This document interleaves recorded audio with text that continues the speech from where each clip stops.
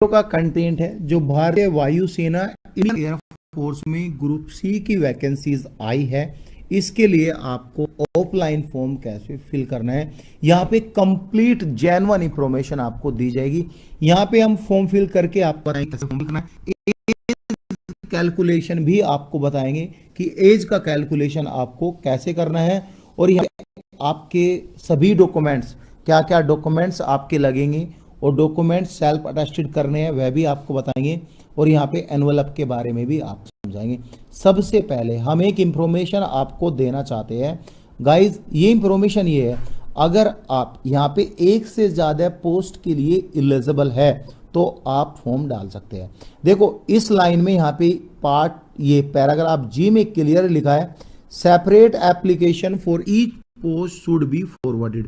यानी कि यहाँ पे अगर आप फॉर्म फिल करना चाहते हो तो सेपरेट एप्लीकेशन डालनी है। वो कैसे डालनी है पहले वो आप देख लो, ठीक है। देखो सपोज करो वेस्ट बंगाल के लिए आप 4 पोस्ट के लिए एलिजिबल हो, स्टोर कीपर का भी आपके पास कुछ एक्सपीरियंस है तो आप डालना चाहते हो, एमटीएस में भी डालना चाहते हो, मैथ स्टाफ में भी डालना चाहते हो, तो आप तीनों में या 4 पोस्ट के लिए डाल सकते हो।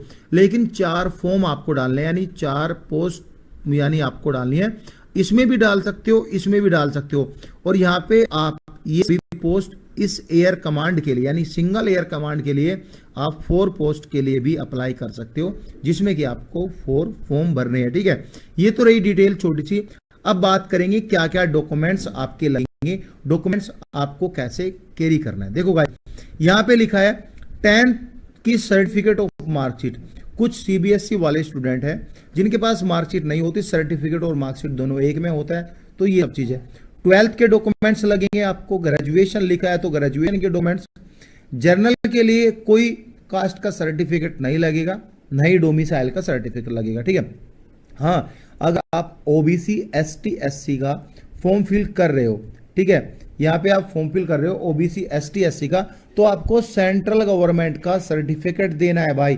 ये नहीं कि आप स्टेट गवर्नमेंट का चिपका दो, और साथ साथ आपको यहाँ पे अपना डोमिसाइल भी देना है, क्योंकि डोमिसाइल से वेरीफाई होगी ये सारी डिटेल। अगर आपने कुछ भी डिटेल नहीं दिया तो फिर आप बोलोगे मेरा तो एडमिट कार्ड नहीं आया, फिर आप अलग अलग फंडे लगाओगे कि परसेंटेज के बिहाफ पे एडमिट कार्ड आता है, ऐसे एडमिट कार्ड आता है, ऐसे एडमिट कार्ड आता है, तो ये सब डिटेल है, ठीक है। एक एनवलप लेना है छोटे वाला, और गाइज एक बड़े वाला एनवलप लेना है, और गाइज 2 फोटो लेना है। दोनों फोटो के पीछे अपना नाम, अपने पिताजी का नाम आपको लिखना है बैक से, ठीक है, और 2 पासपोर्ट साइज फोटो आपको फॉर्म के साथ भेजना है। एनवलप छोटा बड़ा क्यों लेना है ये भी हम बताएंगे।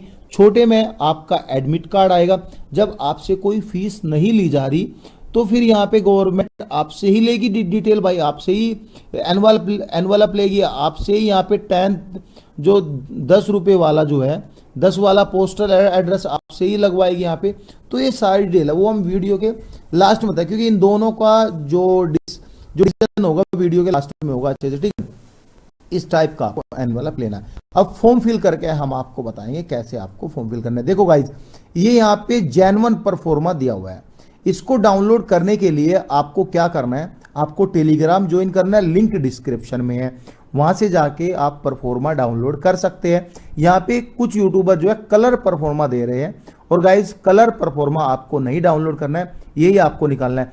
और यहाँ पे कुछ बोल रहा है कि ऑफलाइन हैंड रिटन भरना है, नहीं, आप कंप्यूटर से भी ये सब फॉर्म फिल करवा सकते हो। मैं आपको यहाँ पे एक एग्जाम्पल यानी प्रूफ के साथ बताऊंगा कि आप यह डिटेल कंप्यूटर से भी भरवा सकते हो। देखो यहाँ पे क्लियरली लिखा है application form duly typed in English with Hindi, यानी इंग्लिश हिंदी में किसी में भी कर सकते हो, टाइप्ड यानी टाइप करके भी भरवा सकते हो।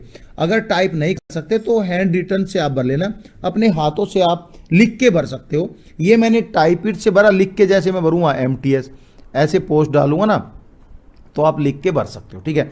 अब यहाँ पे सबसे ऊपर लिखा है application for the post of MTS. MTS आपको लिखना है, एलडीसी के लिए भरना है तो एलडीसी यहाँ पे लिखना है, ठीक है। मैं किसके लिए भेज रहा हूँ, एओसी दिल्ली के लिए, यानी यहाँ पे इसके लिए जो यहाँ पे कमांडिंग है ना, आपने यहाँ पे यूनिट्स मांगी है, ये आपकी यूनिट्स दिया। देखो यहाँ पे आप दो चीज भर सकते हो, या तो आप यहाँ पे एओसी एयर ऑफिसर कमांडिंग सब में दिया हुआ है यहाँ पे वेस्ट बंगाल के लिए, यानी एओसी वेस्ट बंगाल के लिए, ठीक है।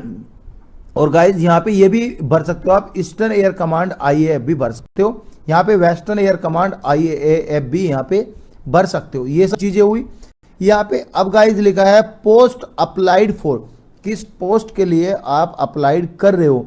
यहाँ पे लिखा है कि MTS में मल्टीटास्किंग स्टाफ के लिए अप्लाई कर रहा हूँ, तो मैंने यहाँ पे लिख दिया। यहाँ पे LDC शॉर्ट में आप लिख के तो यहाँ पे लिख सकते हो लोअर डिवीजन क्लर्क के लिए मैं अप्लाई कर रहा हूँ, ये ठीक है। नेम ऑफ कैंडिडेट, जैसे कि ये कैंडिडेट है, इनका नेम रवीना है, तो रवीना ये मैंने जस्ट गूगल से डाउनलोड किया है, ये मत सोचना कि ये जेन्युइन फॉर्म है, जेन्युइन फोटो है, कुछ नहीं है, सब AI यूज है, ठीक है। रवीना आप यहाँ पे भर सकते हो, ठीक है। फादर नेम, इसके पिताजी का नाम जो है अजय मलिक, यानी अजय मलिक। देखो गाइस अपना नाम भरना है, नेम ऑफ कैंडिडेट अपना नाम भरना है, ठीक है।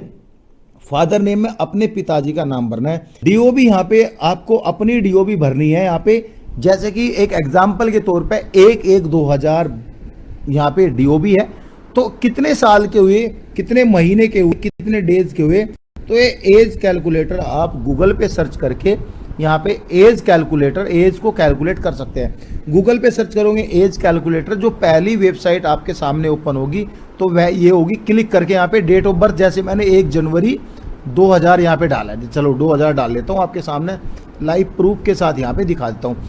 और डेट हमने कब से काउंट करनी है, फॉर्म कब से भेजना है, फॉर्म की लास्ट डेट क्या है 15 जून, नोट की 17 मई से आपको काउंट नहीं करना है, 15 जून से, तो 15 जून आपको यहाँ पे सेलेक्ट करना है। और एज आप क्लिक करके करना है 25 साल 2 महीना 14 दिन यहाँ पे हुए हैं, आपको यहाँ पे भरने हैं 25 साल।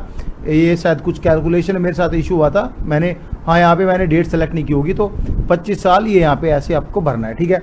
ये क्लियर हुआ यहाँ पे आपका एड्रेस। मैं आपको एक इंफॉर्मेशन देना चाहता हूँ, 6 और 7 में आपको सेम ही एड्रेस भरना है। क्यों भरना है वो मैं आपको बता रहा हूँ। देखो कभी कभी कोरोस्पेंडेंस एड्रेस आपके 2 एड्रेस होते हैं, तो प्रूफ आपका एक होता है, तो यहाँ पे एडमिट कार्ड आने में इशू हो जाता है, तो आपको सेम ही भरना है। बेशक आप नौकरी करने के लिए बेंगलोर आए हो, बेशक आप नौकरी करने के लिए दिल्ली आए हो, या फिर किसी हरियाणा यूपी बिहार के विलेज से आप बिलोंग करते हो, तो सेम ही भरना है। क्योंकि सेम पे आप अपना जो है अपने लोकल से आप अच्छे से कांटेक्ट करके अपना एडमिट कार्ड जो है पता कर सकते हो, कहाँ पे है कहाँ पे नहीं है। कोरोस्पेंडेंस एड्रेस पे बहुत ज़्यादा प्रॉब्लम होती है, ठीक है। जैसे कि हाउस नंबर, जैसे कि 420 दिल्ली मैंने यहाँ पे लिखा है, आप यहाँ पे अपने हाउस का नंबर भी लिख सकते हो। अगर हाउस नंबर नहीं तो यहाँ पे कोई स्ट्रीट होगी, स्ट्रीट भी नहीं तो अपने विलेज का नाम, जैसे कि यूपी में बिहार में कोई गांव होगा तो यहाँ पे आप गांव का नाम डाल सकते हो। पोस्ट ऑफिस आपका गांव में है तो ठीक है, डिस्ट्रिक्ट में है तो ठीक है, जैसे कि मैंने सभी दिल्ली डाला है, तो दिल्ली नहीं डालना है, आपको अपना डालना है। तो यहाँ पे पोस्ट ऑफिस किस एरिया में हो, मोस्टली अब सबके विलेज में ही है पोस्ट ऑफिस, तो विलेज का नाम या पोस्ट ऑफिस है कहाँ पे वो डालना है। डिस्ट्रिक्ट यहाँ पे जो भी आपकी डिस्ट्रिक्ट है यहाँ पे डालना है। सपोज करो यूपी में गाजियाबाद है, यहाँ पे बरेली है, सो एंड सो, ये सब यहाँ पे डालना है। अपने स्टेट का नाम उत्तर प्रदेश या बिहार या फिर दिल्ली यहाँ पे लिखना है, पिन कोड डालना है, ठीक है। दोनों में आपको सेम डालना है, इसमें भी सेम डालना है, इसमें भी यहाँ पे सेम डालना है। क्लियर हुई। अब गाइस किस कास्ट से आप बिलोंग करते हो, यानी जनरल कैटेगरी में फॉर्म फिल कर रहे हो तो यहाँ पे आपको जनरल ही डालना है, ये नहीं सारी डालनी है, ये नहीं डालना है आपको, ठीक है। अगर आप OBC से बिलोंग करते हो तो OBC डालना आपको, ठीक है। बाकी हटा देना, मैंने जस्ट एग्जाम्पल के लिए यहाँ पे तौर पे रखा है, ठीक है।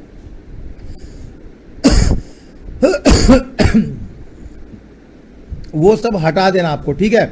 अब गाइस यहाँ पे ये लिखा है attach self attested certificate in case ST SC OBC से हो तो आपको सेल्फ अटेस्टेड सर्टिफिकेट, ये कैसे कर रहे हैं मैं आपको बताऊंगा, ठीक है। एजुकेशन क्वालिफिकेशन आपका 10th है तो 10th लिखना है, 12th है तो 12th लिखना है, ग्रेजुएशन है तो ग्रेजुएशन लिखना है।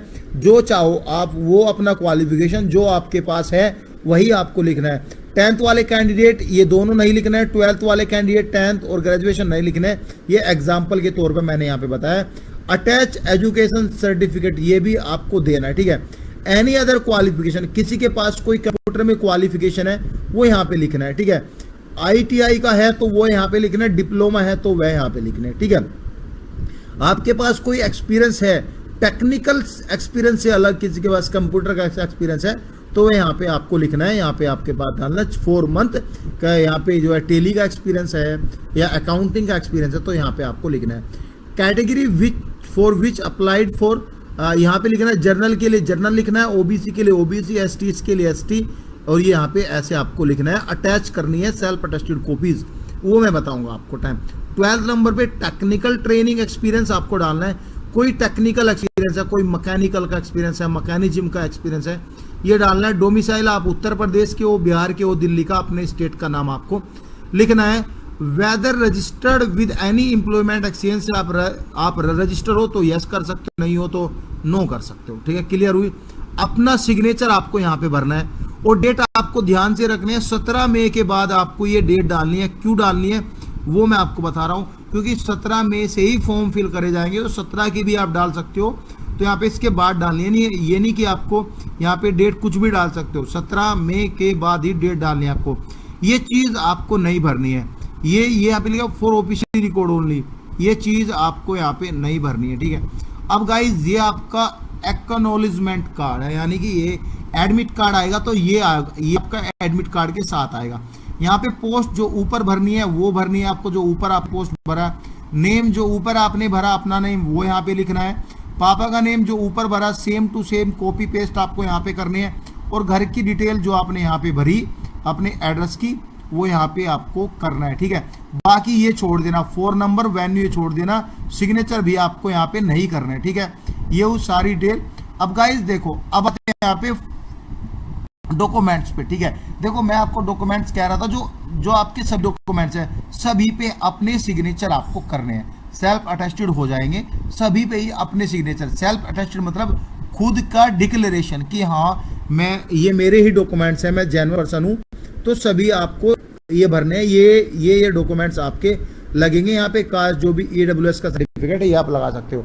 अब गाइस 2 एनवलप लेने हैं, इस पे तो आपको 10 रुपए का लगा, छोटे वाले पे 10 रुपए का पोस्टल स्टैंप लगाना है। पोस्टल यहाँ पे जो छोटे छोटे ये आते हैं वो आपको लगाना है। ठीक है, पोस्टल स्टैंप बोलते हैं या टिकट भी बोलते हैं। इस पे आप चाहो 15 से 20 रुपए का लगाना, 10 रुपए की 5 रुपए कंजूसी मत करना बड़े वाले पे। ठीक है, बड़े वाले पे लगाना। ठीक है, अब ये छोटे वाला जो है ये भी फॉर्म के साथ अंदर जाएगा, इसमें इस वाले एनवलप में अंदर जाएगा।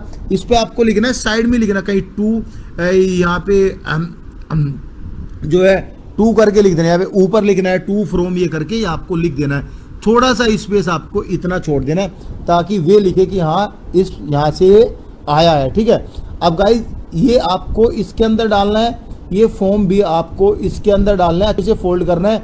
एडमिट कार्ड फोल्ड नहीं होना चाहिए, बड़ा लेना है। एडमिट कार्ड ऐसा ही आपको यहाँ पे रहना चाहिए, इसके 3 फोल्ड होने चाहिए। ठीक है गाइज, ये रही कंप्लीट डिटेल। कुछ भी डाउट हो तो आप वीडियो पे कमेंट कर सकते हो। Thank you so much guys.